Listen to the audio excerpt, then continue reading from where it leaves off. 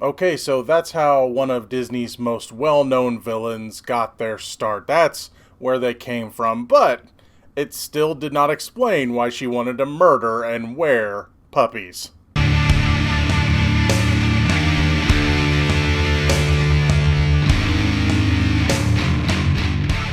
Hey everybody, what's going on? Today we are going to be talking about the newest live action take something from the cartoons movie from Disney. Today we're going to be talking about the origin story of one Cruella DeVille in Cruella. I will warn you there might be some minor spoilers in this review because I do have to talk about plot points and things that happened and things that didn't happen. So I warn you now that there might be some spoilers. If you want my advice on whether to go see it or not, I didn't think this movie was too bad. Now, I'm usually not a fan of these live action, quote unquote, remakes or origin stories or whatever. But this one, I'll explain why it worked for me and how it worked for me. Now, I'm not going to say I loved it so much that you must go to the theater to go see it. That being said, if you have some connection to this character, it's hard for me to tell you whether or not you're going to like it or not because while some people are coming up with stupid reasons to not like this movie, like having the openly gay character in it, I can't remember who was saying it ruined my childhood memories of 101 Dalmatians. Well, this movie does more things to, I won't say ruin 101 Dalmatians, but it does more things differently that wouldn't lead to 101 Dalmatians versus having oh no, we have a gay character in it. And by the way, I thought that character was hilarious. So anyway, I liked the movie. I did. I wouldn't say rush to the theater to go see it. That being said, you're better off going to the theater to see it because it's good, but I don't know if I would pay the $30 on Disney Plus, the Disney Plus premium or whatever they call it. I don't know if I'd pay the $30 for it.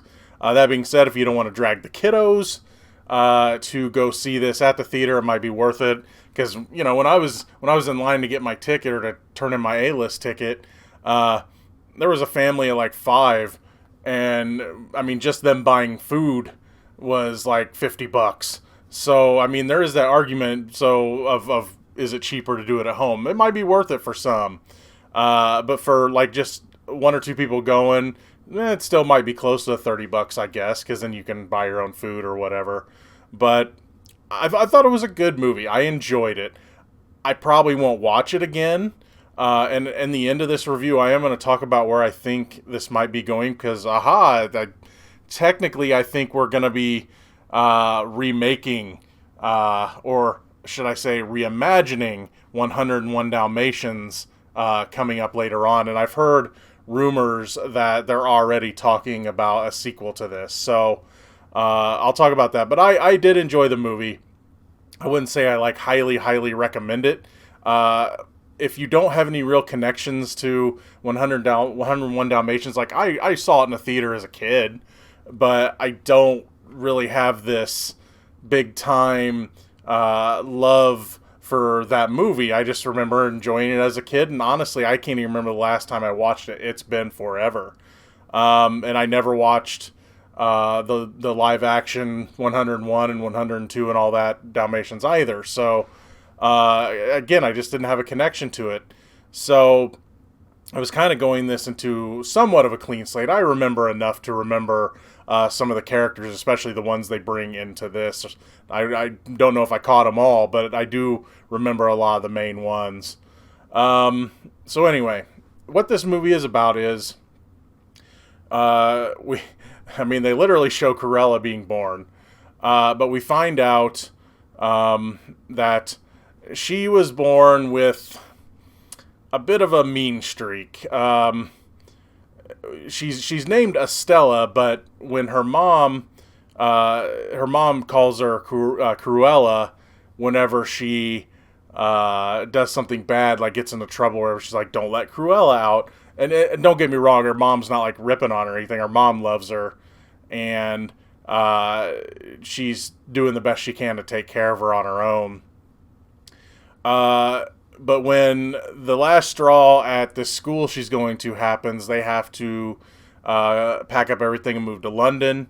They make a stop at this big party, and the mom has told Estella to stay in the car, but of course she doesn't. She ends up going into this party, and she watches her mom talk to this woman, and the woman ends up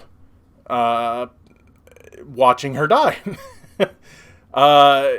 And what happens is the house dogs, 3 Dalmatians, the house dogs are after Estella, but all of a sudden they jump on Estella's mom and knock her off a cliff. We find out later there's more to that story, but Estella goes on the run. She ends up in London, where she ends up meeting Jasper and Horace, her henchmen in the cartoon, of course, who are, by the way, pretty different in this. They're both really good guys in this, where, if I remember right, Jasper had a bit of a mean streak. I don't remember it exactly, but I remember Jasper not being the nicest guy in the cartoon, but they're both really nice in this. And also, as they grow up, they don't really do anything with it, but could be saving it for a sequel. They tease a romance between Estella and Jasper. But anyway, they grow up together, where they're pulling off jobs and all that. And then, of course, we jump ahead like 10 years.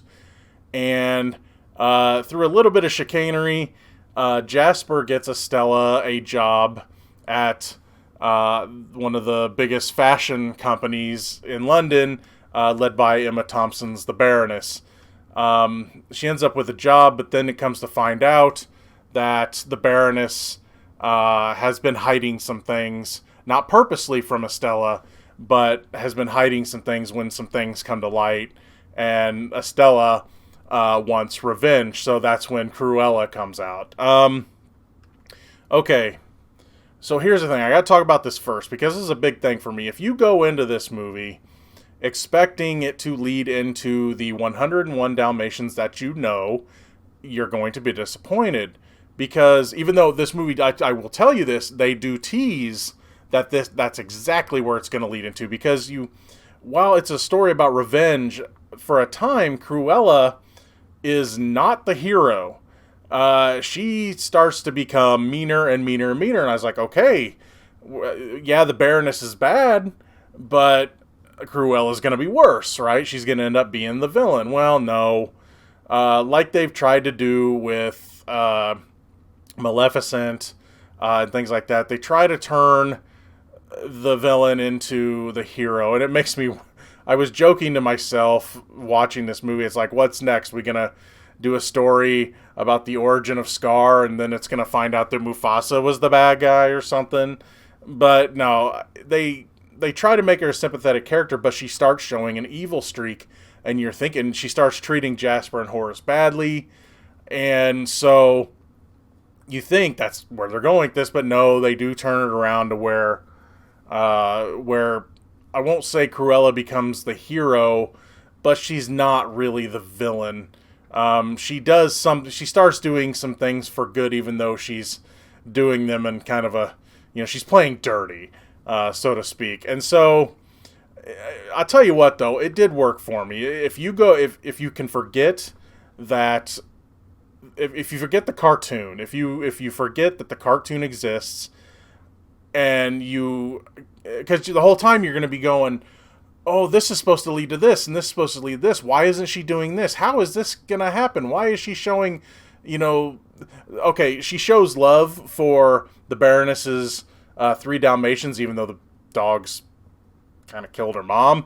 That being said, it technically wasn't their fault. They're dogs, and they were just being told what to do.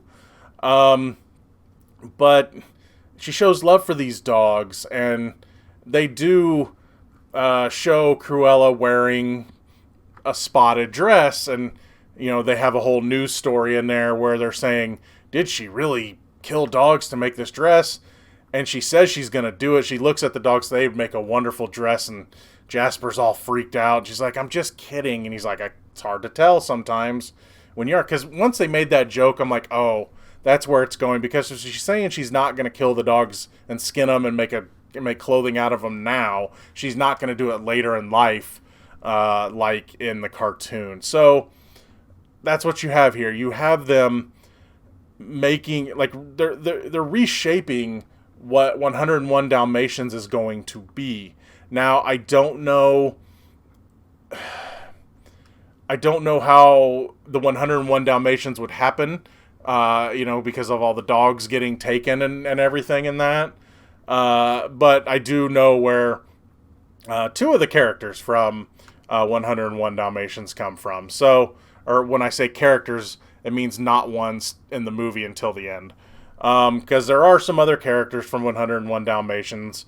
Anita is in this. Roger is in this. So they're setting up things, and it's fine. And if they've got a creative retelling of 101 Dalmatians, it could be good. It's just I don't know how Cruella isn't just going to come off as the hero. Now, if she keeps being the hero that plays dirty, that could be entertaining.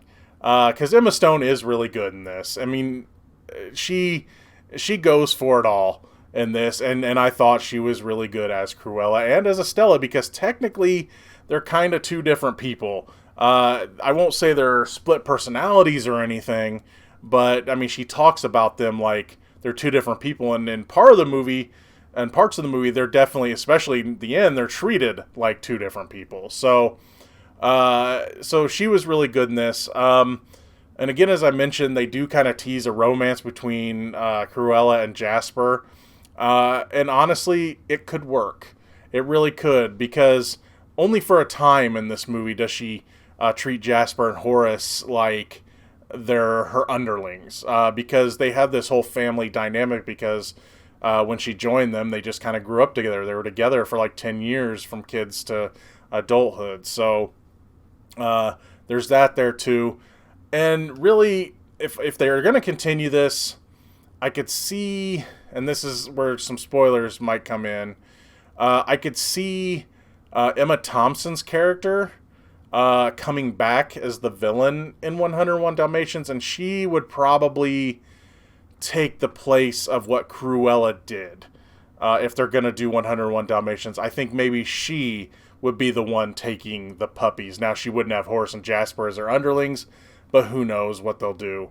So I could see her being the evilest of the evil, and Cruella's just kind of got a dark side that she uses for the betterment of her family and everything. So all in all, I thought this was a decent movie.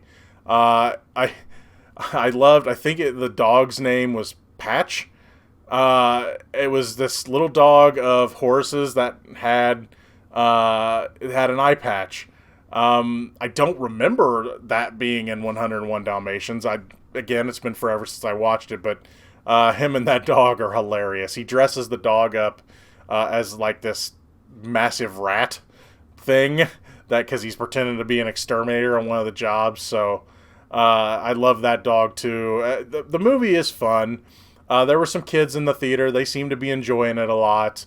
It's not hard to follow, so if you want to watch, if you want to have the youngins watch it, they could follow it too. And honestly, again, it's not one I'd watch again, but I did enjoy it. It wasn't as bad as I thought it was going to be. I was afraid. See, I know a lot of people like the Maleficent movies, but I thought absolving her of like every wrongdoing is not the way to go. And those movies kind of, it's like, oh, they needed a villain. No, Cruella here just has to decide, am I going to be the villain or am I going to be the anti-hero? And I thought that worked a lot better. But yeah, I enjoyed the movie. I do, especially if you're attached to the 101 Dalmatians and you're expecting this to be, this is how she became the worst of the worst. Well, you're not going to get it here. But honestly, I thought the movie was a lot of fun, and I did enjoy watching it. Again, I wouldn't watch it again, but I did enjoy it a lot better than I thought I was going to. So anyway, that's it for this review. See you later.